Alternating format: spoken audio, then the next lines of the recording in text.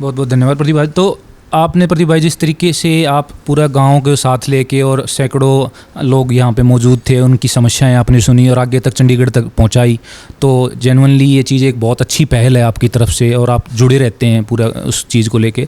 तो थोड़ा सा हम अगर इस बात पे टॉपिक करें कि भाई अभी लोकसभा चुनाव ख़त्म हो गया है, तो अभी स्थिति क्या है, अभी आगे के लिए थोड़ा सा बात कर लेते हैं। विधानसभा चुनाव को लेके क्या है, प्रदीप अहलावत क्या सोच रहे हैं, क्या उनका तैयारी चल रही, क्या नीतियाँ चल रही?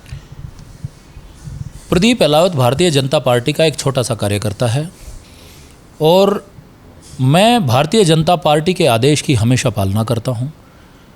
ये सच्चाई है कि हमारे बेरी विधानसभा से पिछली बार से जितनी बार भी हमारे यहाँ पे डॉक्टर रघुवीर कादियान जी हमारे बड़े हैं, आदरणीय हैं, लेकिन उनका कोई भी ध्यान बेरी की समस्याओं का समाधान के लिए, बेरी के विकास के लिए कभी नहीं रहा। निजी विकास के लिए ज़रूर रहा होगा। बेरी वो विधानसभा है कि जब हरियाणा 1966 में बना तो पहला मुख्यमंत्री पंडित भगवत दयाल शर्मा जी बेरी से थे और वो जागरूक जनता, वो विधानसभा आज हम हरियाणा की 90 विधानसभाओं में सबसे पिछड़ी हुई विधानसभाओं में अगर किसी को गिना जाए तो वो बेरी है। हमारे यहाँ पर कोई बड़ी इंडस्ट्री नहीं है, हमारे यहाँ पे कोई बड़े काम नहीं हुए हैं। अब ये सामंजस्य बिठाना होता है, ऐसा नहीं है दोषारोपण कर सकते हैं कि ये 10 साल से तो इनकी सरकार है, क्यों नहीं हुआ। जब तक मैं जिला पार्षद रहा, अगर मेरा सरपंच मुझे सहयोग नहीं करेगा, मैं गांव में विकास के कार्य नहीं करा पा सकता। विधायक सरकार के साथ मिलके अपने काम नहीं कराना चाहे तो काम होने में दिक्कत होती है, क्योंकि हर काम को करने में लोगों की सहमति, लोगों को साथ लेना, मोटिवेट करना, सरकार के फंड्स को लेके आना, प्रोजेक्ट्स बनाना, ये सब चीज़ें रहती हैं।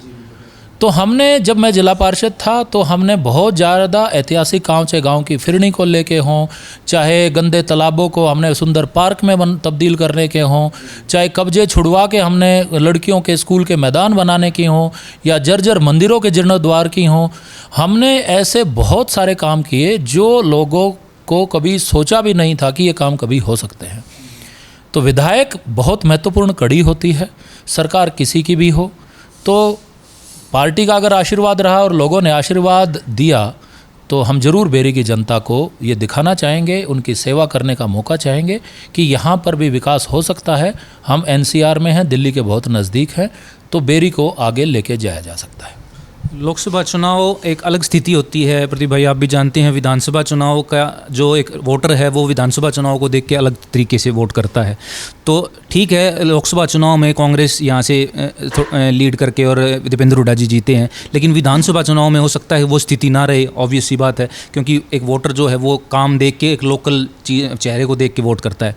तो प्रदीप अहलावत क्या समझते हैं कि भाजपा पार्टी की तरफ से टिकट के वो दावेदार हैं और क्योंकि उन्होंने काम कराए हैं तो जनता उनका कितना साथ दे सकती है? देखो, टिकट की दावेदारी करना सबका फ़र्ज है। मैं अपने स्तर पे अपनी कोशिश कर रहा हूँ कि पार्टी मुझे मौका दे, और मेरे साथी हैं वो अपने स्तर पे कोशिश कर रहे हैं कि पार्टी उनको मौका दे। मैं तो सिर्फ ये बताना चाहता हूँ कि बेरी विधानसभा में जो लोग टिकट के इच्छुक हैं, जो चाहते हैं कि हम चुनाव लड़ना चाहते हैं, मैं उनसे सबसे सीनियर पार्टी में भी हूँ, मैं प्रदेश का प्रवक्ता हूँ, मैंने यहाँ पे लोगों के साथ ज़्यादा समय लगाया है। मुझे पार्टी 2005 में भी टिकट दे रही थी, जब मैं 25 साल का नहीं था तो चुनाव नहीं लड़ सके। तब से लगे हुए हैं पार्टी के साथ। पार्टी टिकट दे नहीं दे, जिस किसी को भी पार्टी टिकट देगी, मुझे देगी, बहुत अच्छा चुनाव लड़ेंगे। डीगल एक पंचायत का हरियाणा का सबसे बड़ा गांव है। 50 साल से मेरा परिवार राजनीति में है। 1983 में 28 साल की उम्र में हमारे पिताजी सरपंच बन गए थे, गौशाला के प्रधान रहे, कोऑपरेटिव बैंक्स के चेयरमैन रहे। हम लोग तब से ही समाज के बीच में उनकी समस्याओं को लेकर रहते हैं। हम कहीं शहरों में नहीं रहते, हम गांव में ही उनके बीच में रहते हैं, उनका एक अभिन्न हिस्सा बन के रहते हैं। उनकी रोज़मर्रा के जीवन में जो बातें आती हैं, उनकी खुशी और गम में, उनकी हर समस्या को समाधान करने में हर जगह उनके साथ रहते हैं। मुझे उम्मीद है अगर पार्टी मौका देगी तो पूरा भाईचारा पार्टी लाइन से ऊपर उठ के हमें मौका देगा और हमारा साथ देगा, और इस बार भारतीय जनता पार्टी यहाँ पे कमल खिलाने में कामयाब होगी। डॉक्टर रघुवीर कादियान लगातार यहाँ से पिछले कई उनसे विधायक बन रहे हैं। उनका एक रणनीति हमारे सामने आई है, हम थोड़ा सा डिस्कस करेंगे आपसे कि भाई वो कई एक ही अलग पार्टी से उम्मीदवार उठा देते हैं और वो वोट तोड़ने में कामयाब होते हैं, जिसकी वजह से बीजेपी पार्टी का जो भी उम्मीदवार होता है यहाँ से नहीं बन पाता। उस चीज़ को आप कैसे देख रहे हैं, उस चीज़ का तोड़ कैसे करेंगे अब की बार, जो कि आपको भी, आपकी नज़र में भी है? लोगों को उनकी हर चाल, उनकी हर बात समझ में आती है। ये बात उनकी हर बात का तोड़ है। वो कोशिश करते हैं, जब उन्होंने 2005 में भी चुनाव लड़ा, यहाँ पे इनेलो की टिकट से जो है हमारे गांव से ही सरपंच हमारे उन्होंने चुनाव लड़ा था, और उस समय पे ओम पहलवान जी ने जब चुनाव लड़ा तो उन्होंने किसी को बहुजन समाज, अपने कार्यकर्ता को कि बहुजन समाज पार्टी की टिकट आप ले आइए, ताकि ये हो जाए कि गांव में जो है अलग अलग लोग हैं। किसी हमारे पड़ोसी को ही निर्दलीय चुनाव में के लिए भरवा दिया था फार्म, उनका खेतीबाड़ी के अलावा कोई काम नहीं था। ये लोग कूटनीति पे चलते हैं और कूटनीति पे लोगों को बहकाने का काम करते हैं, उनको भ्रमित करने का काम करते हैं। लोग इनकी बातों को समझ चुके हैं, और ब्रिगेडियर रण सिंह के बाद हमारे गांव से कोई भी विधायक बना नहीं है। जब मैंने जिला परिषद का चुनाव लड़ा तब भी इन लोगों की यही कूटनीतियाँ थी, गांव से किसी और को चुनाव लड़ा दो, उनको उठा दो, एक प्रजापत समाज से एक महिला जो है उनको चुनाव लड़ा दो। ये इस तरीके से कूटनीतियों के हिसाब से चलते हैं। लेकिन लोग तब भी इनकी बात समझ गए थे, और रिकॉर्ड मतों से लगभग 90-95% वोट गांव से मुझे प्राप्त हुई थी। इसी तरीके से मैं कहना चाहता हूँ, पूरा डीगल गांव नहीं, पूरा एलावत खाप नहीं, पूरा काद्यान, दलाल, रोहिल, राठी, पूरा बेरी हलके से भाईचारे के हिसाब से चुनाव लड़ा जाएगा। और इस बार विजयश्री भारतीय जनता पार्टी की यहाँ पे होगी, अगर पार्टी मुझ जैसे छोटे कार्यकर्ता को मौका देती है तो। अगर किसी और को मौका देती है तो भी उसका चुनाव तन मन धन से पूरा लड़ेंगे, पूरा उसको जो विजयश्री प्राप्त करने की कोशिश। यहाँ से किसी को भी अगर टिकट मिलता है तो आप पूरी तरह से उनकी सपोर्ट में रहेंगे? मेरा फ़र्ज बनता है, भारतीय जनता पार्टी के सिपाही हैं, जिस किसी को भी टिकट मिलेगी उसका चुनाव, पीछे भी 2 बार विक्रम कादियान भाई को चुनाव टिकट मिली है। हम सब लोग, जब तक टिकट नहीं मिली थी, हम सब लोग अपना प्रयास कर रहे थे, अपने प्रदर्शन कर रहे थे, टिकट मांग रहे थे। लेकिन जैसे ही उनको टिकट मिली 2014 में, तो जब टिकट अनाउंस हुई तब तक विक्रम कादियान जी पार्टी में भी नहीं थे। उनके पिताजी ने 15 दिन पहले जींद में माननीय अमित शाह जी की रैली में चौधरी बीरेंद्र सिंह जी के साथ मंच पे उन्होंने ज्वाइन किया था। उससे पहले 2009 में उनके पिताजी ने चुनाव लड़ा था। जब टिकट का आवंटन हुआ तो हम तो ढूंढ रहे थे इस बात को कि ये विक्रम कादियान कौन है, क्योंकि हमें पता नहीं था। हमें लगता था कि चौधरी ओम प्रकाश बेरी जी के तो शायद 2 बेटियां ही बेटियां हैं। लेकिन फिर भी जब हमें पता लगा तो उनका चुनाव पूरे तन मन धन से लड़ा।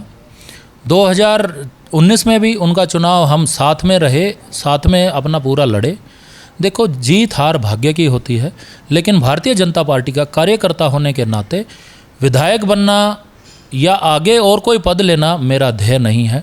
भारतीय जनता पार्टी जीते, कमल का निशान बेरी विधानसभा में खिले, ये मेरा मकसद है, ये मेरा ध्येय है। वो किसी भी कार्यकर्ता को मिले, पूरी मदद करेंगे। जी भाई, बिल्कुल हमारी तरफ से भी शुभकामनाएं आपको कि आपको टिकट मिले और आप यहाँ से चुनाव लड़ें। सिर्फ एक लास्ट क्वेश्चन मैं पूछना चाहूँगा कि क्या बेरी विधानसभा से आप टिकट के दावेदार हैं और वहाँ से टिकट मिलता है, तो क्या खास मुद्दा होगा जो लगता है आपको बेरी की जो जनता है उसकी जो मेन समस्या है, जिनकी चीज़ों को लेके आप उस चुनाव को लड़ेंगे, जिन चीज़ों को समाधान करने के लिए चुनाव को लड़ेंगे, वो क्या मुद्दे हैं? सबसे पहले तो अगर चुनाव के मुद्दों की अगर बात है, हर चीज़ का समाधान विधायक जो है वो बीच की कड़ी होता है। अगर वो बीच की कड़ी समय निकाल के, जैसे अभी आपने देखा, आज अंतर्राष्ट्रीय 21 जून अंतर्राष्ट्रीय योग दिवस है। कल ही हमने कार्यक्रम बनाया कि हम अंतर्राष्ट्रीय योग दिवस अपने गांव में मनाएंगे। हमने एक कम्युनिटी सेंटर है हमारे खाप के नाम पे, अलाउद कम्युनिटी सेंटर।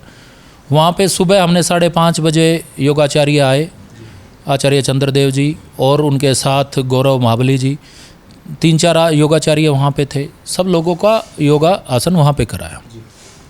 उसके बाद एक ग्राम विकास परिचर्चा हमने लोगों से की। ग्राम विकास परिचर्चा में कि क्या समस्याएं हैं और उनको वो समाधान कैसे चाहते हैं। सैकड़ों समस्याएं निकल के आई, और वो समस्याएं उन लोगों के लिए बहुत बड़ी होती हैं, लेकिन अगर बीच की कड़ी ठीक हो, उसको समझ के कि कौन सा काम होने का है, कौन सा नहीं होने का है, अगर होने का है तो किस माध्यम से होने का है। इसी तरीके से नहर का जो आपने देखा, और जैसे एक 5 एकड़ के में ज़मीन में रंग का दाना नहीं है। रंग का दाना मतलब वहाँ पे इरिगेशन डिपार्टमेंट के पास ज़मीन ही नहीं अवेलेबल है। ये मतलब है कि रंग का नहीं है, मतलब वो नक्शे में अवेलेबल ही नहीं है, वो प्राइवेट मालिकों की ज़मीन है। अब वहाँ पे 2 पॉइंट्स को आप कैसे कनेक्ट करोगे, नहर से और आगे जहाँ पे 5 एकड़ बाद जाना शुरू होता है, तो उसका ज़मीन जमींदार देने को तैयार नहीं है। एक्वायर करने में सरकार को दिक्कतें हैं, ज़बरदस्ती किसी की ज़मीन एक्वायर नहीं कर सकती जब तक समाधान नहीं है। तो उसका समाधान कैसे होगा, बनेगा कैसे? हमने तुरंत बात करके EIC साहब ने तुरंत समाधान निकाला कि हम ऐसा करेंगे कि हम 3-4 फीट नीचे अंडरग्राउंड पाइप्स दबा देंगे, नहर से लेके उस ज़मीन को हम अंडरग्राउंड पास कर देंगे, ना जमींदार को दिक्कत है ना और कुछ, वो पानी कनेक्ट हो जाएगा। ऐसे ही बहुत सारी समस्याएं हैं। जैसे पहले हमने यहाँ पानी निकासी की चीज़ें करी, पूरा गंदा पानी सब तालाबों में ही जा रहा था, वहीं पे पशु उनको पी रहे थे, वही दूध के माध्यम से लोगों के फूड चेन में आ रहा था, बीमारियाँ फैल रही थी। उसका हमने समाधान किया। हमने तालाबों से पहले उस पानी को कहीं छोटे छोटे पौंड बना के कलेक्ट किया, वहाँ पे हमने पाइप्स लगाए, मोटर लगाई और अंडरग्राउंड पाइप्स के माध्यम से जो ड्रेन है वहाँ पे पहुँचाया। मिठन पाना में सापला की तरफ 2 हमारे जो तालाब है, एक सलारण का एक मिठन का, वहाँ पे हमने कंबाइन बनाया। रास्ते में रेलवे लाइन पड़ती थी, रेलवे लाइन के नीचे से आप क्रॉसिंग नहीं कर सकते। अधिकारियों से बात की हमने, जी इसको कोई भी हम खोदेंगे नहीं, हमने वहाँ पे लोहे की पाइप्स लगाई। वो हर चीज़ का समाधान, अगर आपकी नीयत ठीक है, आप लोगों से प्रेम करते हो और उनकी समस्याएं आपको अपनी समस्याएं लगती हैं, तो हर बात का समाधान निकल सकता है। बहुत बहुत धन्यवाद आपका।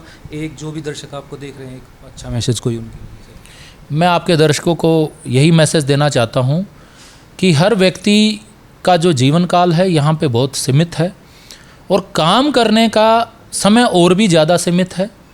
तो अपने इस सीमित समय में हम अपने समाज के लिए क्या कर सकते हैं, अपने अपने स्तर पे आप पत्रकार के माध्यम से समाज के लिए क्या कर सकते हैं, कोई नौकरी करता हुआ क्या कर सकता है, कोई किसानी करता हुआ क्या कर सकता है। हम समाज हित की और अपने आने वाली पीढ़ियों के बारे में सोचें, ये ऐसा सब लोग विचार रखें, इसी से पूरी मानवता की भलाई है। धन्यवाद। बहुत बहुत धन्यवाद प्रदीप भाई आपका।